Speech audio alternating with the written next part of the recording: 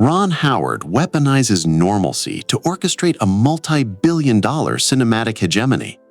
This red-headed anomaly of the Hollywood machine dismantled the child star curse by converting homespun Midwestern values into a ruthless, industrial-grade professionalism. While the industry frequently devours its young, Howard transitioned from the wholesome mirage of Mayberry to the high-stakes architecture of global production, proving that a lack of an individual signature can be the ultimate catalyst for longevity. Does the nicest guy in Hollywood actually represent the most sophisticated adaptation to the studio system's modern evolution? To understand the trajectory of Ron Howard, one must pull the timeline back to the red clay of Oklahoma and a pivotal migration that mirrors the Grapes of Wrath, albeit with a theatrical intent. The year was 1948. Rance and Gene Howard, native Oklahomans, departed the plains of the Midwest not just for survival, but to infiltrate the emerging architecture of the entertainment industry. This was the zero point, a moment where the agrarian work ethic of the American heartland collided with the artifice of the coast.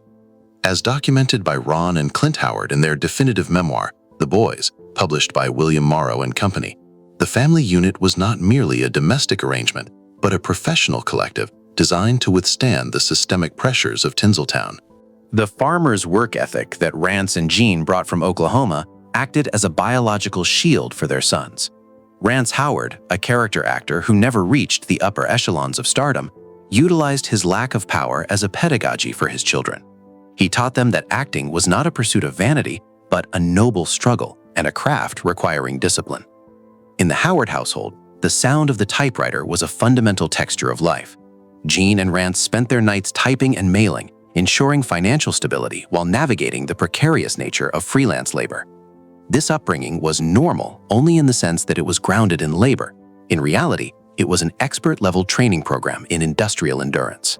The atmosphere of the early sets, the high-contrast lighting of the Andy Griffith Show, and the joyous, vibrant air of The Music Man provided the sensory foundation for Ron Howard's perception of the world.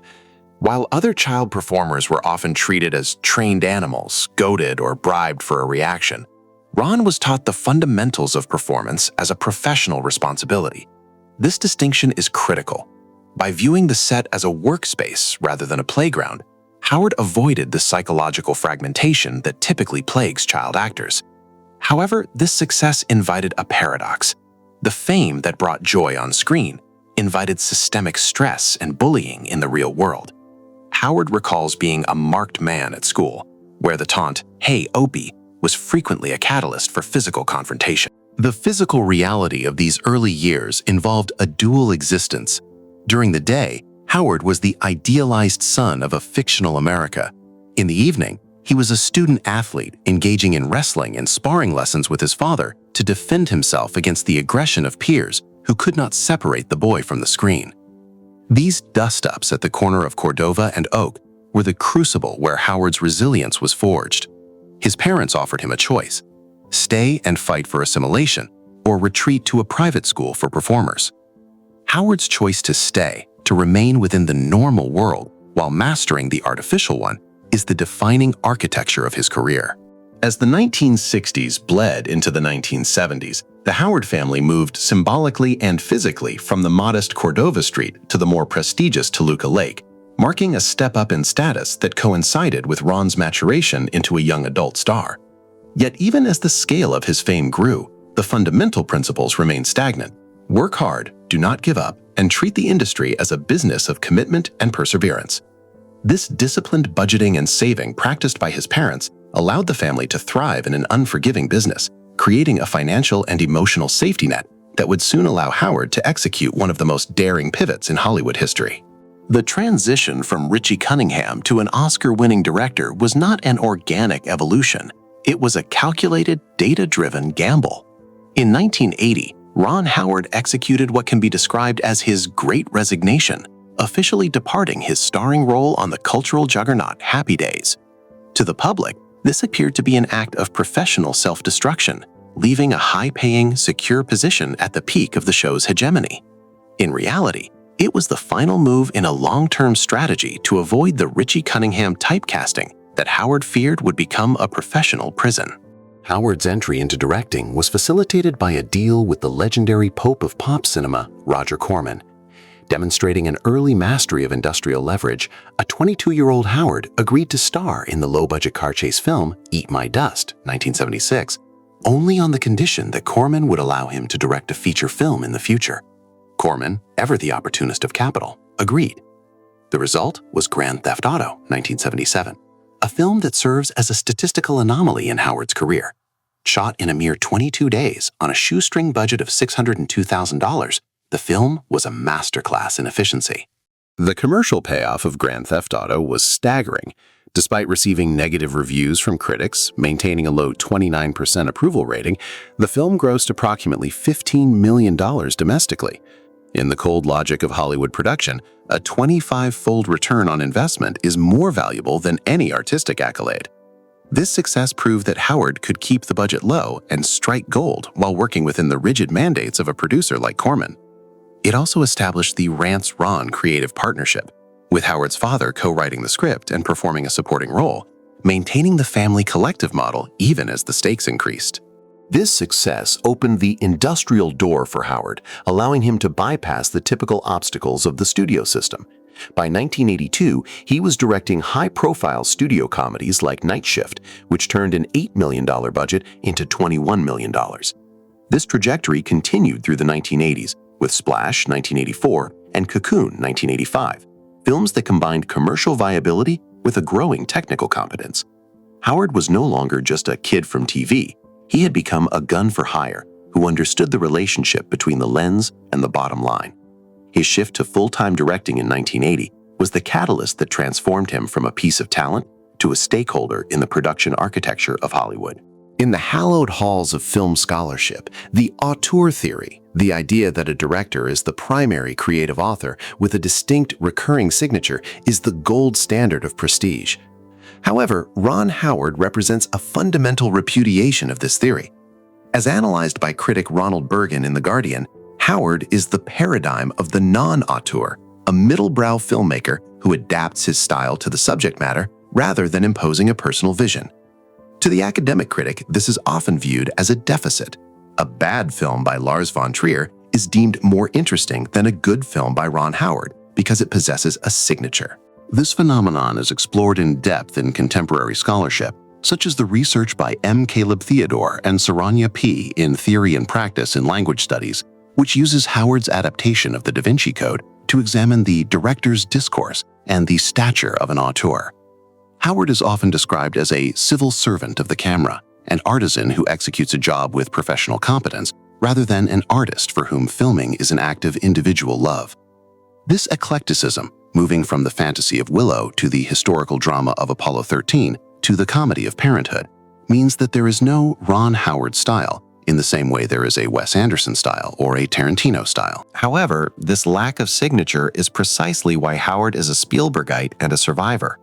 By refusing to be typecast as a director, he avoids the obsolescence that often comes when an auteur's specific style falls out of fashion. He is a middle-of-the-road filmmaker who delivers exactly what an audience expects of a genre film. This commercial competence is not accidental. It is a strategic alignment with the studio system.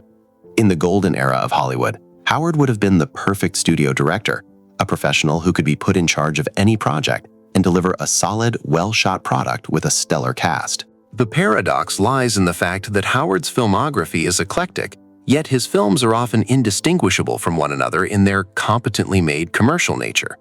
He is a director who doesn't force his style down your throat, allowing the story to breathe without gimmicks. While this may hurt his long-term legacy in the eyes of film historians who prioritize aesthetic disruption, it has made him one of the most respected and sought-after directors in the industry. Studios know they can trust him with a big-budget project or bring him in to salvage a production because he prioritizes the system over the self. Reality in Hollywood does not lie in the credits. It lies in the flow of money. And for Ron Howard, that flow is channeled through Imagine Entertainment.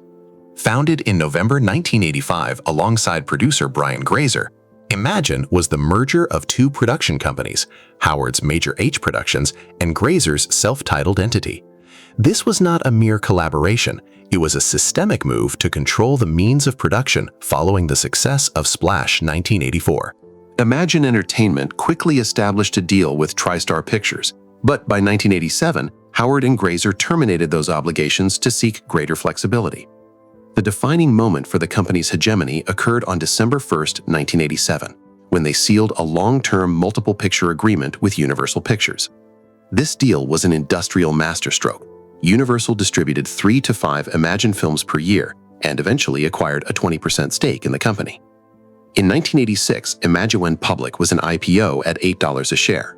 Though the stock price crashed to $2.25 following the 1987 market collapse, the company's underlying architecture remained sound. The 1990s saw Imagine expanding into family films to compete directly with Disney, producing fare like the Flipper remake and Curious George. However, when the company's television division faced setbacks, such as the failure of My Talk Show and Parenthood, the series, the founders demonstrated their agility. In 1993, Howard and Grazer bought out the public shares for $9 each, taking Imagine private once more to regain total creative and financial sovereignty. This privatization allowed them to focus on prestige projects like Apollo 13, 1995, and A Beautiful Mind, 2001, without the quarterly pressure of public shareholders. The Imagine engine today is a multi-divisional beast, spanning feature films, television studios, documentaries, and even podcasts. With first-look deals with Apple Originals and Amazon Studios, the company has successfully transitioned from the era of linear television to the era of streaming fragmentation. This longevity is the result of a partnership that Brian Grazer describes as having similar tastes and gravitating toward the human experience. But make no mistake, underneath the human experience is a sophisticated business model that has produced over 60 theatrical films and survived 4 decades of industrial upheaval. There is a disturbing disconnect between Ron Howard's nice guy reputation and the sheer scale of his power. He is often described as the beloved uncle of modern cinema, a well-meaning aw shucks persona that stands in stark contrast to the ruthless, nasty reality of Hollywood power structures. This wholesome brand is not just a personality trait, it is a strategic asset. By maintaining an all-American image, Howard creates a mirage of accessibility that masks his status as one of the most prolific and powerful men in the industry. This nice guy hegemony allows Howard to operate with a level of trust and cooperation that more volatile directors lack. He is known for his workaholism, famously spending weeks sleeping in his editing office rather than a Malibu beach house. He views the business as a team game made up of mavericks and independent entrepreneurs, where the goal is to create a creative conversation rather than an authoritarian dictatorship. His leadership style is built on the principle of treating other people the way you want to be treated, a fundamental morals back to the set of The Andy Griffith Show. Yet the paradox lies in the systemic blind spots this persona can create. For example, Howard's 2020 film Hillbilly Elegy was criticized for its inspiring figure narrative, which some found to be at odds with the reality of the subject matter.